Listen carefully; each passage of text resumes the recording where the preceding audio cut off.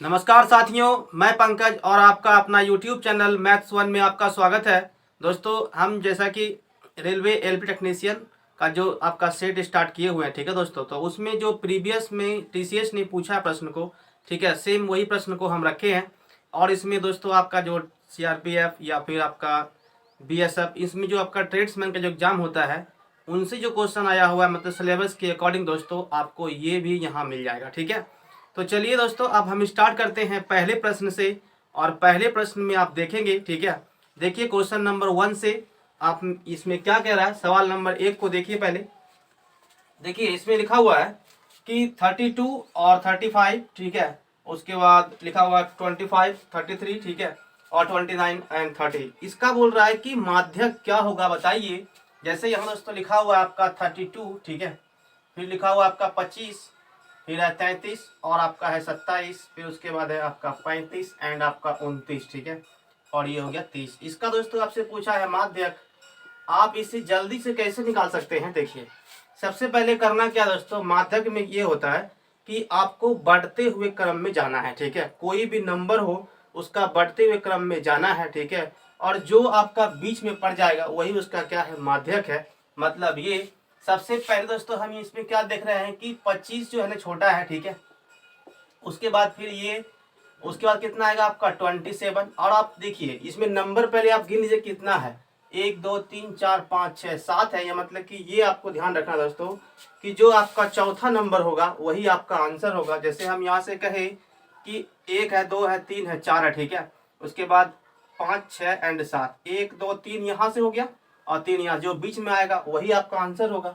देखिए तो ये आपका लिख दिए यहाँ पे। अब उसके बाद कितना है आपका 29 है। फिर उसके बाद आप देखिए यहाँ पे कितना है आपका 30 है। उसके बाद फिर क्या है आपका 32 है एंड 33 है। बीच में दोस्तों कौन आपका पड़ रहा है, 1 2 3 इधर से और एक आपका यहाँ पे 35 भी लिखा हुआ है। तो बीच में कौन आया आपका 30, ठीक है। आप देखिए ऑप्शन नंबर जो है ना, इसमें दोस्तों option number B is the right, ठीक है। समझ गए होंगे दोस्तों, ये बिल्कुल सिंपल सवाल है।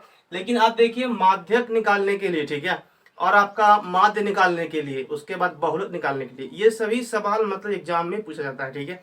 तो इसे आप इस तरह से निकाल सकते थे। सिंपल से ध्यान रखेंगे, जो आपका बीच में आएगा वही आपका क्या है, माध्यक है। नहीं तो फिर आप एक टर्म और जानते होंगे इसमें दोस्तों। जैसे हम कहे कि यदि आपके पास यहाँ पे कितना है, विषम नंबर है, ठीक है, विषम संख्या। ये विषम नंबर बोलने का मतलब ये हुआ कि 1 2 3 4 5 6 7 वो है। तो आप क्या करेंगे, लिखेंगे n+1/2। अब देखिए एक इसमें जो n कितना है आपका 7 है, प्लस कितना हो गया 1/2, 8 हो गया। मतलब कि 4 नंबर पे कौन सा संख्या आएगा उसे आपको यहाँ पे निकाल देना है, बस वही आपका आंसर है। इस तरह से भी आप इसमें सॉल्व कर सकते थे, ठीक है। देखिए दोस्तों, अब हम आते हैं सवाल नंबर 2 पे। सवाल नंबर 2 को देखिए।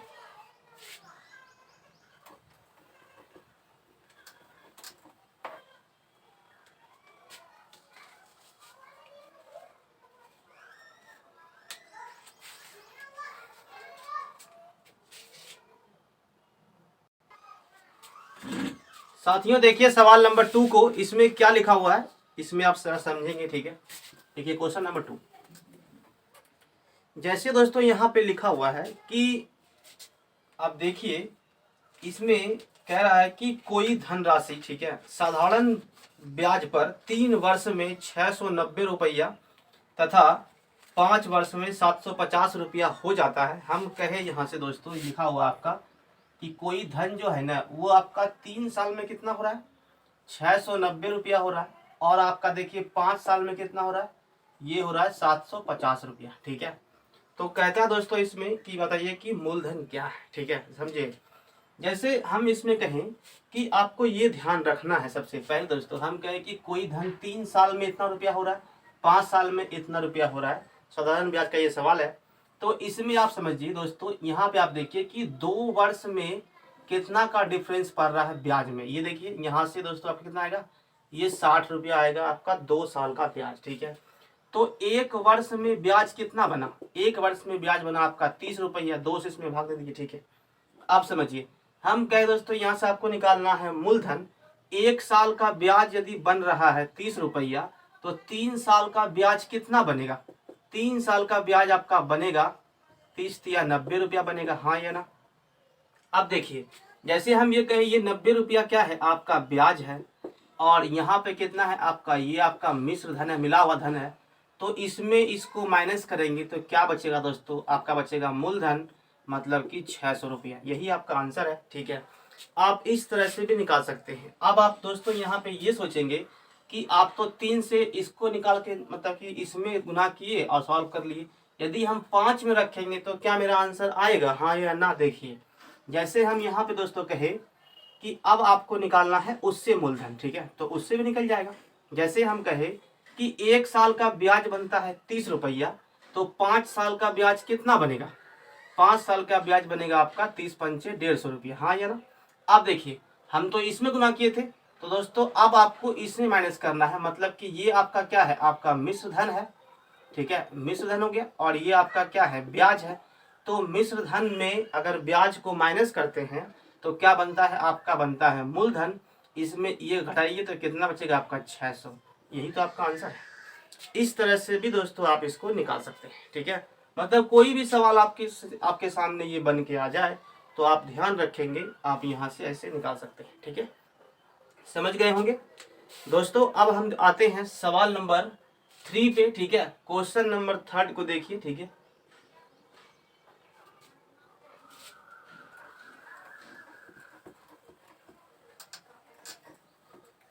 देखिए क्वेश्चन नंबर 3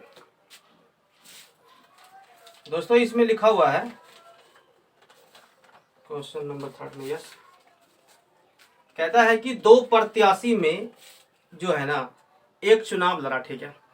तो उनमें से एक ने 64% मत को प्राप्त किया और 434 मतों से वह जीत गया, ठीक है। बताना है कुल मतों की संख्या कितनी है। समझिए सबसे पहले दोस्तों हम कहें कि आप जो है ना ए और बी कोई आदमी है, ठीक है। तो ए बी कोई आदमी है, चुनाव में आप भाग लेते हैं, ठीक है। एक ने कहा क्या हम जो है ना हम 64% मत को क्या कर रहे हैं, प्राप्त कर रहे हैं, ठीक है। तो आप खुद सोचिए अगर हम कहें कि वोट मतलब कि चुनाव में 2 बंदा है, तो 2 में से टोटल वोट जो है ना वो 100% अपने आप में जो है ना 1 रुपया भी अपने आप में कितना है 100%, ठीक है। हम तो कहें कि 100% है, 100% में इसने 64% हासिल कर लिया, तो ये कितना लेके जाएगा, ये लेके जाएगा आपका 36%, हाँ या ना। ये 100 में घटा लिए हम 64 को, इतना बच गया, वो बंदा बी पाया होगा, ठीक है। इसमें ये नहीं कहा है कि इसमें इतना मतलब कि इतना परसेंट मत का अवैध घोषित हो गया, ये इसमें नहीं कहा गया क्वेश्चन में, ठीक है। अब देखिए हम कहे दोस्तों यहाँ से आप देखिए कि परसेंटेज में कितना जीत मतलब कितना से हार या जीत हुआ है। तो आप देखिए ये 14 में से गया 6, कितना बचेगा आपका 8, 5 में से गया 3, बचा कितना 2, ये इतना परसेंट बराबर आपको दिया हुआ है 434, ठीक है। तो 1% का मान आप निकाल लीजिए, कितना गया 434 बटे आपका हो गया 28 इंटू 100 में कितना, देखिए 4 से कटेगा ये आपका हो गया 7 मरते में, 4 से ये आपका हो गया आपका 25 मरते में, ठीक है। 7 से कटाइए 7 42, 7 दूना 14, ठीक है। 62 गुना 25 कितना आएगा आपका 1550, ठीक है। यही आपका दोस्तों आंसर है। दोस्तों option number B is the right, ठीक है। इसमें आप देखिए 62 गुना हम किए हैं 25, 6 गुना 1200, ठीक है। और यहाँ ये भी आप थोड़ा सा यहाँ पे देखेंगे दोस्तों, ठीक है, कि ऑप्शन में क्या मैच करने वाला है, ठीक है, क्योंकि ऑप्शन में भी ये सवाल हट सकता है, ठीक है। तो आप देखिए जैसे हम दोस्तों इसे एक तरह से आप और सॉल्व कर सकते हैं जल्दी से, ठीक है, कैसे वो देखिए। जैसे हम यहाँ पे कहे इसे जो है ना दोस्तों आप पहले रेशियो में कन्वर्ट कर लीजिए, ठीक है। रेशियो में कन्वर्ट करने का मतलब ये हुआ कि हम कहे कि ये यहाँ से परसेंटेज क्या हो कट गया, हाँ या ना। अब आप समझिए कि ये जो है ना ये कटेगा आपका 4 से 16 मरते में, 4 से कटेगा ये 9 मरते में, हाँ या ना। अब आप खुद बताइए दोस्तों हमें कि ये रेशियो में जो हार जीत हुआ है वो कितना वोटिंग से हार जीत हुआ है, ठीक है। मतलब कितना कितना अनुपात में मत से हार या जीत हुआ है।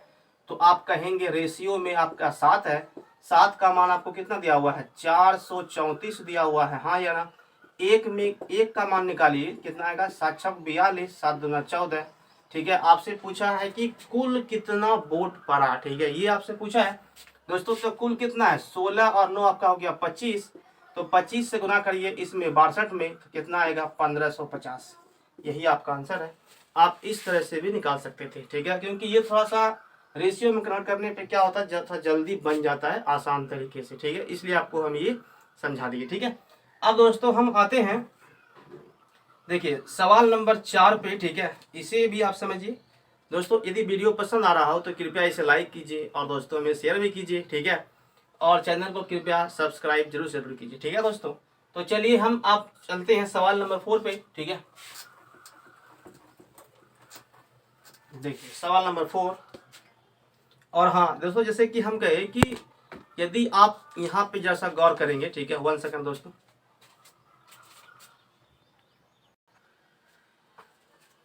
देखिए सवाल नंबर 4 में हम आ रहे हैं, ठीक है। तो इसमें क्या कहता है, पहले आप इसे देखिए, लिखा हुआ दोस्तों कि 25,000 रुपये की राशि पर 3 वर्ष बाद 12% की दर से चक्रवृद्धि ब्याज क्या होगा। दोस्तों आप इसे दो तरह से बना सकते हैं, ठीक है। सबसे पहले आपको हम बताएंगे, देखिए सिंपल से एक चीज आपको ध्यान रखना पड़ेगा, लेकिन वो याद रहेगा तब, ठीक है। जैसे हम कहे कि यदि दोस्तों आपसे टोटल जो है ना 25,000 रुपया है, ठीक है, तो 25,000 रुपया है, लेकिन आपसे पूछ रहा है कि 12% का आपका रेट है। रेट कितना है आपका, 12% का रेट है, ठीक है, लेकिन आपके पास टाइमिंग कितना है, 3 वर्ष का है। आपसे पूछा है बताइए कि 3 साल का जो है ना वो CI चक्रवृद्धि ब्याज क्या होगा, ये आपको बताना है। तो आप इसमें क्या अप्रोच लगाते हैं, देखिए जैसे हम कहें कि सबसे पहले देखिए 3 साल का जो है दोस्तों अनुपात में, मतलब कि 3 साल का जो फैक्टर में ट्री बनता है वो इस तरह से 3, 3 and 1, ठीक है। अब इसे थोड़ा ध्यान रखना पड़ेगा, ठीक है, लेकिन आपको इससे भी अच्छा तरीका बताएंगे, ठीक है, अब जस्ट इसके बाद, ठीक है। पहले देखिए 3 साल का यदि दे तो आप ध्यान रखेंगे 3, 3, 1 होता है, ठीक है। लेकिन अब देखिए सबसे पहले बोला है कि 25,000 रुपया का 12% की दर से दोस्तों हमको पहले निकालना है 1 साल का, ठीक है। जैसे हम कहें तो इसमें आप गुना करेंगे 25 गुना 12%, मतलब कि ये आपका आएगा 3,000, ठीक है, इस तरह से आया। मतलब कि हम लिखे कि 25,000 का 12% निकालिए, ये से कट जा कितना हो गया, ये आपका आएगा 3,000, ठीक है, हाँ या ना। अब दोस्तों फिर इसका आप निकालिए 12%, कितना आएगा, 12 36, मतलब कि 360, ठीक है। फिर दोस्तों आप इसका निकालिए 12%, मतलब कितना आएगा, ये हो गया आपका 36, मतलब कि 360 गुना 12/100, ऐसे निकालेंगे, ये इससे कट जाएगा, कितना आएगा, ये 36 गुना 12 करेंगे, मतलब 360, और ये आपका 72, तो कितना हो गया, ये 2, 13 के 3 4, मतलब कि 43 पॉइंट आपका कितना हो गया, 2, ठीक है। अब दोस्तों खाली आपको इसमें गुना कर लेना है, ठीक है, इसको इससे, इसको इससे, फिर उसमें जोड़ दीजिए, आपका आंसर आ जाएगा। मतलब इस तरह से ये कितना आ गया आपका 9,000, ठीक है, और ये हो गया 36 या 108, मतलब कि 1080, और ये कितना हो गया आपका 43.2, ठीक है। ये आपका हो गया 2 पॉइंट, यहाँ पे 3, 12 के 2 बकिया 1, यहाँ पे 9 1 10, कितना आ गया 10,123.20, ठीक है दोस्तों। इसमें option number C is the right, ठीक है, समझ गए होंगे दोस्तों, ठीक है। लेकिन देखिए यदि आपके पास ये चीज, ये तो अगर मान चलिए ध्यान नहीं रहा, ठीक है, तो आप कैसे निकालेंगे। देखिए एक तरीका दोस्तों अभी और आपको बताएंगे हम यहाँ से, क्योंकि देखिए कोई भी सवाल रटना नहीं है, मतलब इसे आपको समझना पड़ेगा कि हम इसे किस तरह से और बना सकते हैं जल्दी से। भले वहाँ पे परसेंटेज में दे दे, ठीक है, तो वो परसेंटेज को फ्रैक्शन में भी करके आप सॉल्व कर सकते हैं, ठीक है। लेकिन देखिए सबसे पहले हम ये बताते हैं आपको, जैसे दोस्तों हम कहें कि आपके पास जो है ना 25,000 रुपया है, ठीक है, और इसमें से आप देखिए दोस्तों हम यहाँ पे कहें कि आपका जो है ना 1 वर्ष में यदि आप 12% के अनुसार से दोस्तों यहाँ पे आते हैं, 1 साल का ब्याज निकालते हैं, ठीक है, तो आप देखिए कि 25,000 रुपया का हम 12% के हिसाब से निकाल रहे हैं, तो 1 साल का ब्याज कितना बनेगा, 1 साल का ब्याज आपका बनेगा, यहाँ पे लिखेंगे 3,000 रुपया, ठीक है। तो ये जो आया, ये आया आपका 1 साल का, ठीक है। फिर आप आगे क्या करेंगे दोस्तों, देखिए कि 25 रुपया आपका क्या है, 25,000 रुपया क्या है आपका मूलधन है, और ये क्या बना आपका ब्याज बना, हाँ या ना। तो हम कह सकते हैं कि 1 साल का अगर हम 25,000 रुपया रखते हैं 1 साल में, ठीक है, और 12% के अनुसार से, तो 3,000 रुपया हमको एक्स्ट्रा मिलता है, हाँ या ना। तो अगर हम इसको इसमें ऐड कर देंगे तो दोस्तों कितना आ गया आपका 28,000 रुपया जो है ना, ये आपका हो गया मिश्र धन। ठीक है, ये आपका बना मिश्र धन पहले साल का, हाँ या ना। अब दोस्तों यहां से आप क्या करेंगे, फिर आप आएंगे दूसरा साल में, ठीक है, यानी कि सेकेंड ईयर में। तो अब देखिए सेकेंड ईयर के लिए अब आपका ये क्या है, ये आपका मूलधन हो गया। ठीक है, सेकेंड ईयर के लिए ये आपका मूलधन है दोस्तों। इसका अब आप निकालिए फिर से 12%। ठीक है, तो इसका यदि आप निकालते हैं 28,000 रुपये का 12% आप निकालते हैं तो देखिए कैसे कितना आएगा। देखिए दोस्तों ये इससे कट जाएगा। ठीक है, मतलब कि 28 गुना आप 12 करेंगे तो ये कितना आ गया आपका 28 दूना 56 होता है। ठीक है, मतलब कि 560, और फिर उसके बाद 28 सॉरी ये तो 200, देखिए पहले हो गया आपका 280, यानी कि 28 एक बार में, फिर उसके 28 कितना 56, मतलब आप यहाँ पे लिखिए 56, ये हो गया 6 और 8 5 13 के 3 2 1 कितना हो गया 3, एक जीरो लगा दीजिए, कितना आ गया आपका, तो 3360 रुपया आएगा। ठीक है, ये क्या हुआ दोस्तों, ये आपका सेकेंड ईयर में आपका ब्याज बन गया, हाँ या ना। ये आपका मूलधन है सेकेंड ईयर का, ब्याज आया आपका इतना। ठीक है, अब दोस्तों इसे हम इसमें जोड़ देंगे तो हम चले आएंगे अब तीसरे साल में। ठीक है, तो ये कितना जाएगा आपका 28,000, इसमें आप जोड़ दीजिए, ये गया 08 सॉरी यहाँ पे 6 है, ये 3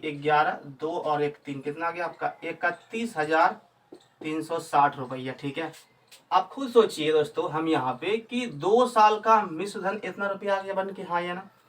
अब यदि आप जाते हैं तीसरे वर्ष में, ठीक है, भले ये आपको लग रहा है कि थोड़ा सा उलझन में निकलेगा, लेकिन वहां आप इससे भी जल्दी से निकाल सकते हैं। ठीक है, ऐसा नहीं है, लेकिन देखिए ये कितना हो गया आपका 31,360। ठीक है, का अब यहां से दोस्तों आप क्या करेंगे, इसका निकालेंगे आप 12%। ठीक है, जब इसका 12% दोस्तों आप निकालेंगे तो ये इससे कट जाएगा। अब देखिए यहाँ से सॉरी हाँ इसका आप निकाल लीजिए, तो यहाँ आप देखिए कि 3136 रुपया गुना करना होगा आपको 12 से। दोस्तों इसे आप गुना करके यहाँ जैसे लिख दीजिए। ठीक है, तो जो आपका ये ब्याज बना, ठीक है, ये वाला ब्याज और फिर आपका ये वाला ब्याज, फिर आपका ये वाला ब्याज, तीनों का आप जोड़ दीजिए, आपका आंसर आ जाएगा। मतलब देखिए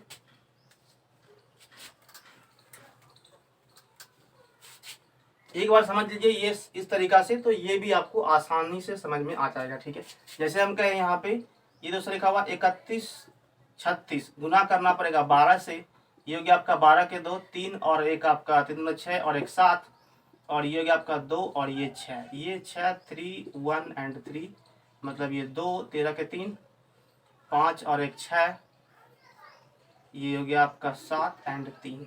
ये दोस्तों आपका पॉइंट कितना बन रहा है यहाँ पे, मतलब कि 3763 रुपया ये बना। ठीक है, तो अब इसको ऐड करना पड़ेगा दोस्तों, मतलब कितना आ गया, ये आपका हो गया 3000 और ये आपका आ गया 3360 और ये आपका हो गया 3763.2, ये हो गया 2.3 और ये 12 के 2 बकिया 1 37 से 11 9 1 10, कितना आ गया 10,123.2, यही आपका आंसर है। ठीक है, तो देखिए ये मतलब परसेंटेज में जैसे चेंजिंग आया तो आपको लगा, ठीक है, लेकिन इसे आप जैसे कि कैलकुलेशन में अगर थोड़ा जैसे गुना जैसे हम यहाँ पे हमको करना पड़ा, ठीक है, लेकिन आप ऐसे गुना भाग से फास्टली और कर पाएंगे वहाँ पे, ठीक है, कॉपी पे जो जल्दी हो जाता है, तो आपका जल्दी से इससे भी आसानी से दोस्तों बन सकता है। ठीक है, अब आप देखिए हम आते हैं दोस्तों सवाल नंबर 5 पे। ठीक है, इसे कैसे बनाते हैं आप इसे भी समझिए। ठीक है,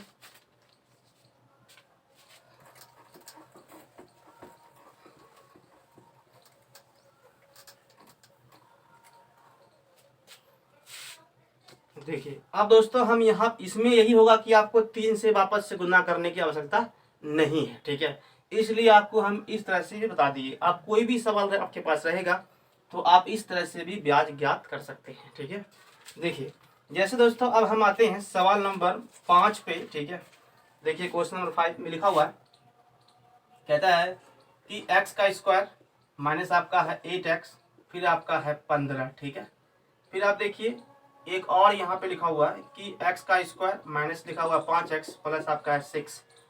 कहता है इसका एलसीएम निकालिए। दोस्तों आप जानते होंगे कि एलसीएम जैसे कि आप निकालते हैं, जैसे हम कहें कि कोई नंबर आपके पास है, उसका गुणनखंड करके आया हुआ है 2 और 3, एक और आपके पास है वो आया हुआ है 2, 3 और मान लीजिए कि 5 आया, ठीक है।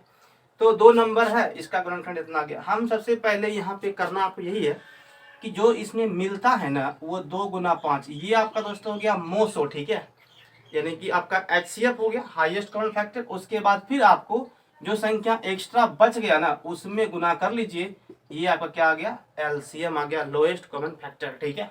तो इस तरह से आप समझेंगे इसमें कि आपको तो यहाँ गुणनखंड पहले करना पड़ेगा, ठीक है। लेकिन अब आप देखिए दोस्तों वहाँ पे ऑप्शन में देखिए, एक में इसे हम सकते हैं 5 या 15, 5 कितना होगा 8, मतलब यहाँ पे दोस्तों 5 और 3 का कंडीशन बन रहा है। देखिए तो 5 और 3 कौन सा ऑप्शन में है, देखिए एक ऑप्शन में दोस्तों दिख रहा है कि x माइनस 5 है, ठीक है, मतलब कि option number B is the right, यही आपका आंसर होगा, ठीक है।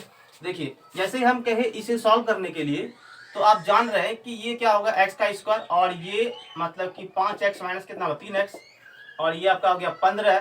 दोस्तों यहाँ से x कॉमन निकाल लीजिए, ये कितना हो गया 5 माइनस 3, इससे कॉमन निकाले तो कितना आएगा, ये x 3 बचे हो गया आपका 15। इसे आप लिख सकते हैं x माइनस 5 और x माइनस 3। इसे दोस्तों आप सॉल्व कीजिए, कितना आएगा x का स्क्वायर माइनस ये होगा आपका 2x, ये तो फिर ठीक है, ये इसे आप लिखिए 3 और माइनस कितना हो गया 2x, 3 दूना 6 और 3 2 हो गया 5, और ये कितना हो गया आपका 6, ठीक है।